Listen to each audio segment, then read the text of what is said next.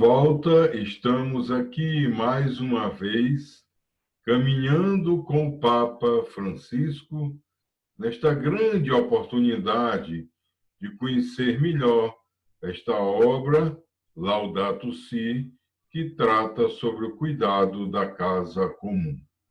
Hoje começaremos a trabalhar o capítulo 4, uma ecologia integral. O Papa coloca neste capítulo, que vai fechar aquela parte do Iluminar, sobre a necessidade de incluir na ecologia as dimensões humanas e social. Daí ele ter usado esta palavra integral. Ele lembra, a partir ali do item 1, que é importante integrar ecologia ambiental, econômica e social. No parágrafo número 139, nos lembra: quando falamos de meio ambiente, fazemos referência também a uma particular relação, a relação entre a natureza e a sociedade que habita. Isto nos impede de considerar a natureza como algo separado de nós, ou como uma mera moldura da nossa vida. Estamos incluídos nela, afirma o Papa. Somos parte dela e compenetramos-nos, ou seja, estamos intrinsecamente ligados. Mas embaixo ele acentua, é fundamental buscar soluções integrais, que considera as interações dos sistemas naturais entre si com os sistemas sociais. E mais adiante, o Papa nos faz essa belíssima apreciação, quando ele diz: assim como cada organismo é bom e admirável em si mesmo, pelo fato de ser uma criatura de Deus, o mesmo se pode dizer do conjunto harmônico de organismos num determinado espaço, funcionando como um sistema. Embora não tenhamos consciência disso, dependemos desse conjunto para a nossa própria existência. Convém recordar que os ecossistemas intervêm na retenção do anidrido carbônico, na purificação da água, na contraposição a doenças e pragas, na composição do solo, na decomposição dos resíduos e muitíssimos outros serviços que esquecemos ou ignoramos. Aqui o Papa está lembrando, de forma científica, que todos nós sabemos, que esse conjunto de inter-relações entre os seres vivos podem favorecer determinadas situações, purificações, maneiras de interações tanto energéticas como materiais, que são importantes no todo, no conjunto da nossa casa comum, no conjunto da criação. Quando se dão conta disto, muitas pessoas voltam a tomar consciência de que vivemos e agimos a partir de uma realidade que nos foi previamente dada, que é anterior às nossas capacidades e à nossa existência. Por isso, quando se fala de uso sustentável, é preciso incluir sempre uma consideração sobre a capacidade regenerativa de cada ecossistema, nos seus diversos setores e aspectos. Um cuidado que é preciso ter. Lá no parágrafo 141, o Papa vai trabalhar o que se chama ecologia econômica. Ele fala assim: hoje, a análise dos problemas ambientais é inseparável da análise dos contextos humanos, familiares, laborais, urbanos e da relação de cada pessoa com si mesma, que gera um modo específico de se relacionar com os outros e com o meio ambiente. E faz essa recordação: o todo é superior à parte. É uma citação que ele faz de si mesmo a partir da Evangelii Gaudium, no seu parágrafo de número 237. Aqui mais uma oportunidade para vermos aquilo que repetidas vezes estamos aqui tratando. Evangelho Gáudio é a semente, é o ponto de partida para todo o magistério do Papa. Leamos, pois, agora o parágrafo de número 142. Se tudo está relacionado, também o estado de saúde das instituições de uma sociedade tem consequências no ambiente e na qualidade de vida humana. Toda lesão da solidariedade e da amizade cívica provoca danos ambientais. Ele cita aí o Papa Bento XVI, na encíclica Caritas in Veritate, que é do ano 2009. É algo muito peculiar no magistério da Igreja. Também vai se citando obras antigas, porque o magistério é um ensino e deve ter a sua continuidade. Vamos adiante. Isso nos dá uma ligação, uma conexão justamente com outro documento mais recente, do ano passado, de outubro do ano passado, que foi a carta encíclica Fratelli Tutti. Justamente esse termo amizade cívica, penso eu, deve ter levado o Papa a este termo que ele coloca aí de amizade social, nesta encíclica mais recente. Também o Papa faz um alerta. O consumo de drogas nas sociedades opulentas provoca uma constante ou crescente procura de produtos que provêm de regiões empobrecidas, onde se corrompem comportamentos, se destroem vidas e se acaba por degradar o meio ambiente. Aqui ele faz uma interrelação muito interessante.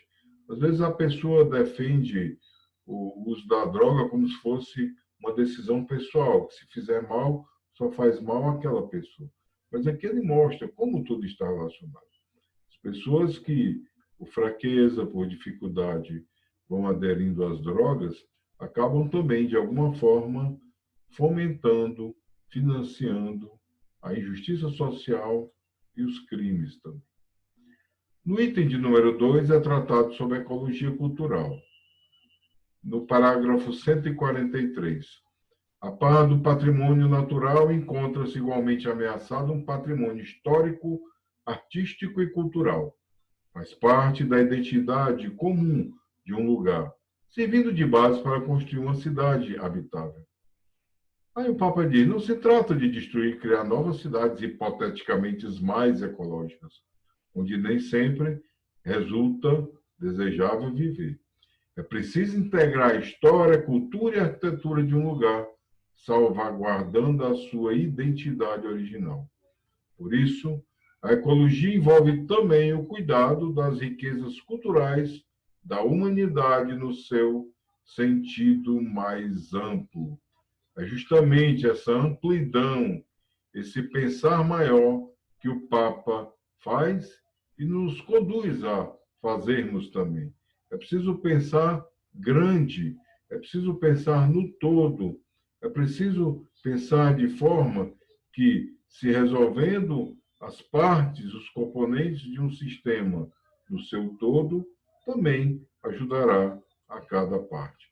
Esta é a ideia de uma ecologia integral. O item 3 trata da ecologia da vida cotidiana. No parágrafo número 147, o Papa alerta que os ambientes onde vivemos influem sobre a nossa maneira de ver a vida, sentir e agir. Sabemos bem disso, mas é preciso que o Papa nos lembre para que também percebamos cada vez mais o quanto o ambiente é importante para cada pessoa. No parágrafo 148, ele dá um exemplo. Admirável é a criatividade e generosidade de pessoas e grupos que são capazes de dar a volta às limitações do ambiente, modificando os efeitos adversos dos condicionalismos e aprendendo a orientar a sua existência no meio da desordem e precariedade. Por exemplo, em alguns lugares onde as fachadas dos edifícios estão muito deterioradas, há pessoas que cuidam com muita dignidade do interior das suas habitações, ou que se sente bem pela cordialidade e amizade das pessoas. A vida social positiva e benfazeja dos habitantes enche de luz um ambiente à primeira vista inabitável. É louvável a ecologia humana que os pobres conseguem desenvolver no meio de tantas limitações. Então, o Papa está lembrando que, apesar de alguns ambientes serem difíceis de se habitar, é possível modificar. E é também preciso respeitar que ali existem pessoas com as suas diversas relações. Parágrafo 151 nos diz: é preciso cuidar dos espaços comuns, dos marcos visuais e das estruturas urbanas que melhoram o nosso sentido de pertença, a nossa sensação de enraizamento, o nosso sentimento de estar em casa, dentro da cidade que nos envolve e nos une. E para além da casa, o Papa Francisco também lembra a grande importância do transporte. Ele também fala ali, aqui não conseguiremos colocar todos os pontos em cada apresentação, mas é interessante quem for ler observar isso. No parágrafo de número 155, ele lembra que a ecologia humana implica também algo de muito profundo, que é indispensável para se poder criar um ambiente mais dignificante. A relação necessária da vida do ser humano com a lei moral inscrita na sua própria natureza.